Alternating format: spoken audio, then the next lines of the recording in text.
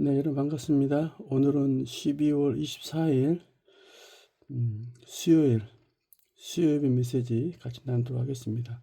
오늘 말씀의 제목은 어떻게 전도해야 하는가 라는 제목 가지고 같이 말씀을 나누도록 하겠습니다. 성경에는 자기가 있는 처소, 자기가 있는 그 현장에서 생명운동이 일어났습니다. 초대교회 환경상 사도들이 이렇게 마음대로 움직일 수 있는 그런 현장이 아니었거든요. 그래서 성경의 하나님 말씀에 중요한 응답의 포인트 이런 것들이 다 누구 통해 되어졌냐? 평신도를 통해서 다 되어진 겁니다. 평신도들 현장에서 생명운동이 일어나고 또 말씀운동이 일어난 거였죠. 그래서 서론에 평신도 운동의 자격이라면 좀 이상하겠지만 그래도 이 정도 기본적인 것들은 가지고 있어야 하지 않겠냐라고 해서 몇 가지 말씀을 나누도록 하겠습니다. 가장 먼저 뭡니까? 예수 생명. 그렇죠. 생명 가진 자는 생명을 잉태할 수 있습니다. 예수 생명. 그리고 뭡니까? 현장에 예수 권세 사용하는 자. 생명 가진 자의 권세 있잖아요. 이 권세를 실제로 사용합니다. 왜냐? 흑암에 묶여있는 자들이기 때문에 강한 자가 결박돼야 돼요. 강한 자가 어떻게 하든지 이 복음 못 받도록 그렇겠죠. 미혹하고 유혹합니다. 그러니까 흑암의 세를 결박시켜야 됩니다. 그렇기 때문에 뭐가 필요합니까? 영적인 지혜가 필요합니다. 이게 지금 사람이 하는 것인지 사단이 하는 것인지, 그렇죠? 문제 속에 하나님의 문제 속에 문제에 빠지는 게 아니고 문제 속에서 하나님의 새로운 계획과 응답 이거 볼 수 있는 그렇겠죠. 또 대상자에 당하는 여러 가지 어려움들이 어려우니까 마음을 위로해주고 이런 수준을 떠나서 하나님의 계획과 기도해야 될 것들 뜻들을 확인할 수 있는 그런 영적인 지혜자가 필요합니다. 그렇기 때문에 뭐합니까? 기도의 사람. 세가족들은 혼자 영적 싸움 할 수 없습니다. 그러니까 기도로 돕고 나를 살리고 그리고 정작 세가족 도운 것은 뭡니까? 말씀입니다. 그렇죠. 그러니까 본인이 말씀 인도를 받고 세가족들이 말씀의 인도를 받도록 도와주는 거죠. 그러면서 잘할 수 있도록 양육. 이 하나님 말씀으로 차근차근 사건 문제들마다 하나님 말씀으로 한 단계 성장할 수 있도록 돕는 거죠. 또 실력이라고 했습니다. 실력이라 표현하면 뭐하지만 일단 영성이 좀 필요하고요.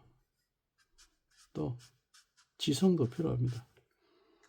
왜? 사람과 사람이 만나는 거기 때문에 너무 터무니없는 그죠? 영적으로는 받지만 육신적으로 너무 터무니없고 합리적이지 않고 너무 객관적이지 않고 다 주관적이고 그렇겠죠. 너무 편협되고 그러면은 양육 대상자가 좀 무시할 수 있는 상황이 되기 때문에 그렇습니다.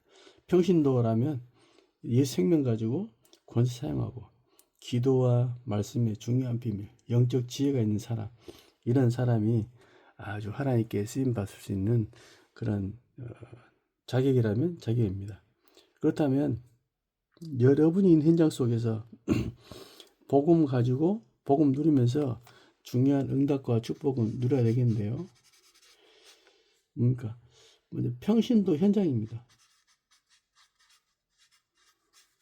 평신도들이 있었던 현장 어떠냐 이거죠. 잘 알다시피 사도행전 2장 1절에서 17절 뭡니까? 마가다락방 현장입니다. 여기에 모인 사람이 사도들 70인, 70인과 여러 사람들 120명 모였습니다. 이 사람 거의 평신도입니다. 이 사람이 뭐 했습니까? 사도의 가르침을 받았거든요. 그렇게 사도의 가르침을 받아. 그리고 이 중에 뭡니까? 6장 5절에 10절 보니까 7 집사를 선택합니다.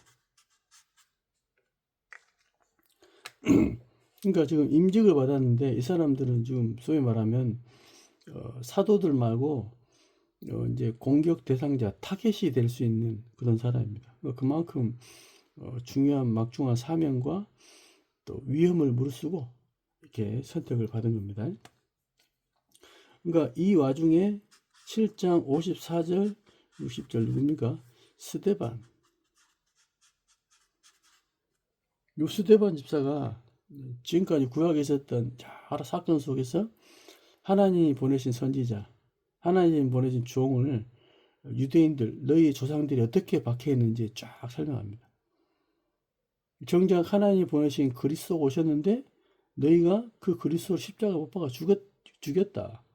이 얘기를 한마디로 쭉 설명한 거죠. 그러니까 막 일을 가고 막 부를 내는 거 있죠. 그러니까 평시 스테반 집사 한 명 때문에 이스라엘 역사가 확 영적 역사 바뀌어버린 거죠. 사도행전 8장 4절 8절 뭡니까? 아무도 안 가는 곳에 부득불 갔죠. 빌립 집사. 그렇겠죠. 여기서 완전히 성령의 역사. 40살 붙었던 귀신 소리지르며 떠나가고 막 이런 일이 막 벌어지는 거죠. 중풍병이 나왔고 복음이 전파되니까 빌립 집사가 움직이는 곳에 그런 일이 벌어졌습니다. 또 사도행전 16장 12절에서 16절 누굽니까? 그 지역에 하나님이 준비한 제자 루디아, 평신도 루디아를 통해서 한마디로 빌립보 지역이 살아나버린 거죠. 하나님 이런 일들을 준비하고 있습니다. 여러분 한 명 때문에 무슨 일을 그리고 큰 걸 한다 이거 이전에 하나님이 가장 원하시는 걸 하고 있는 겁니다. 그리고 열심히 한다보다는 방향이 맞는 거죠. 이 방향을 가지고 있으면 오늘날 시간표가 옵니다. 또 누굽니까? 사도행전 18장 1절에서 10절 브리스길라 부부입니다. 로마에서부터 추방돼서 고린도에 정착이 됐습니다. 바울을 만나죠. 그래서 바울을 통해서 같이 생업이 갔기 때문에 같이 일도 하면서 전도자로 완전히 바뀌어서 고린도 지역에 고린도 교회를 세우고 그렇겠죠. 완전히 로마까지 가는 중요한 응답과 축복을 브리스길라 부부가 이뤘습니다. 평신도 현장이죠. 그렇다면 평신도 운동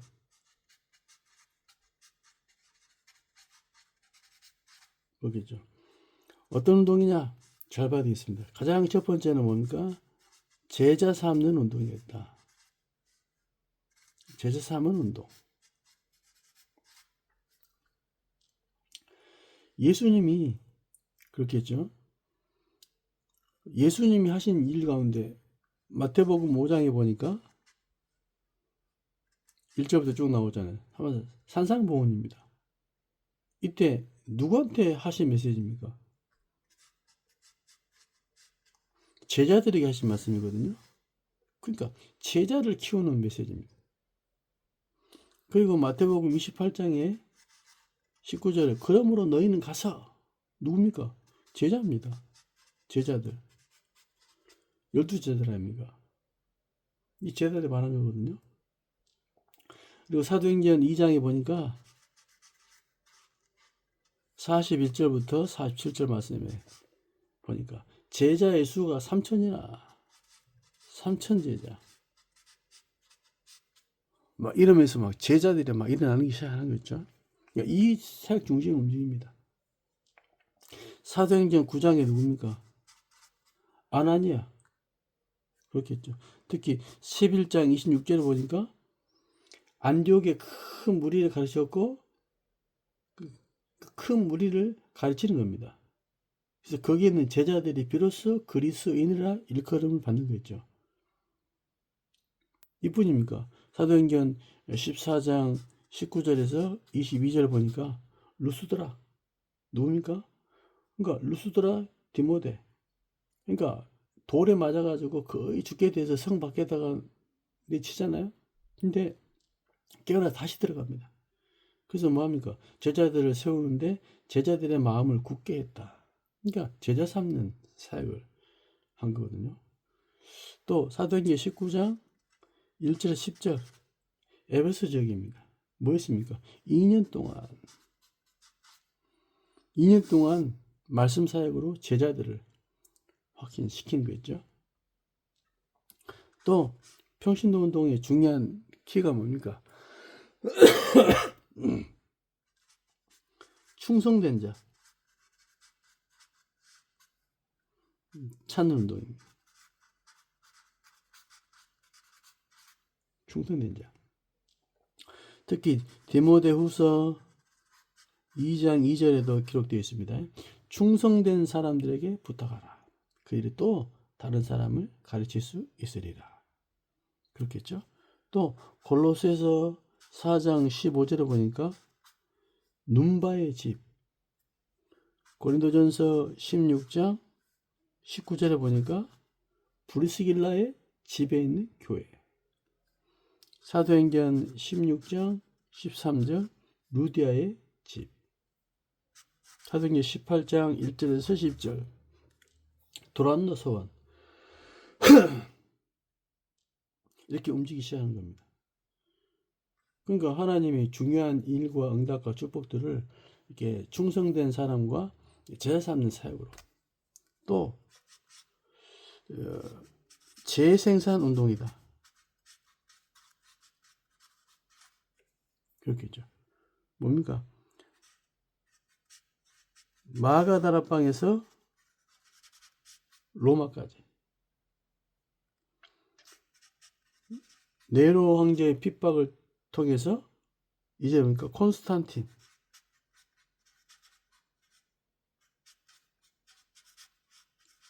이게 기독교를 공인하는 거죠. 그리고요, 루터의 개혁운동, 문서로 개혁하죠. 칼빈의 운동, 신학을 개혁합니다. 이 외에도 웨슬레, 무디, 그렇겠죠. 또 웨일즈, 이러면서 평신도 운동들이 쫙 일어납니다. 그러니까 저와 여러분들이 중요한 응답과 축복을 회복해야 됩니다. 현장에서 어떻게 해요? 내가 있는 곳에서 하나님 나라의 일을 이룬 겁니다. 내가 만난 사람 가운데 우리가 중요한 축복과 응답을 누리는 거죠. 그렇게 하려니까 저와 여러분들이 이 응답과 축복을 지속적으로 누려야 돼요. 우리가 2026년도를 맞이하면서 뭘 해야 되겠습니까? 가장 중요한 비밀입니다. 임마누엘 누린 거예요. 나를 따라오너라. 그게 답니다. 나를 따라오너라. 무슨 일을 크게 합니까? 나를 따라오너라. 얼마나 대단한 일을 해야 되겠습니까? 나를 따라오너라. 얼마나 많은 사람을 전도해야 되겠습니까? 아닙니다. 나를 따라오너라. 내가 너희로 사람을 낚는 어부가 되게 하리라. 나를 따라오너라. 그렇죠? 그 이후에 중요한 응답과 일들이 벌어지는 거죠. 그렇습니다. 그러면 평신도 운동의 결과는 분명히 있을 거 아닙니까? 무슨 일이 보여졌습니까? 평신도를 통해서 중요한 개혁운동 일어났습니다. 개혁운동. 또요, 지역복음화. 세 번째는요, 민족복음화.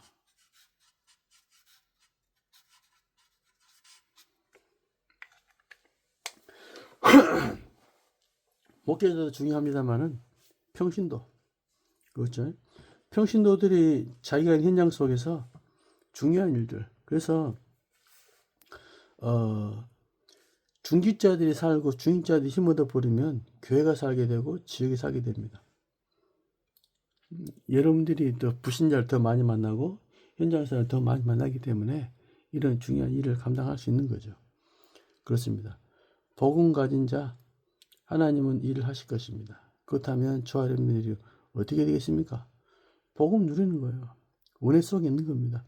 생명 가진 이 화초, 생명 가진 꽃은 결국은 시간표가 되어지며 환경이 되어지면 꽃을 피우고 열매를 맺게 되어 있습니다.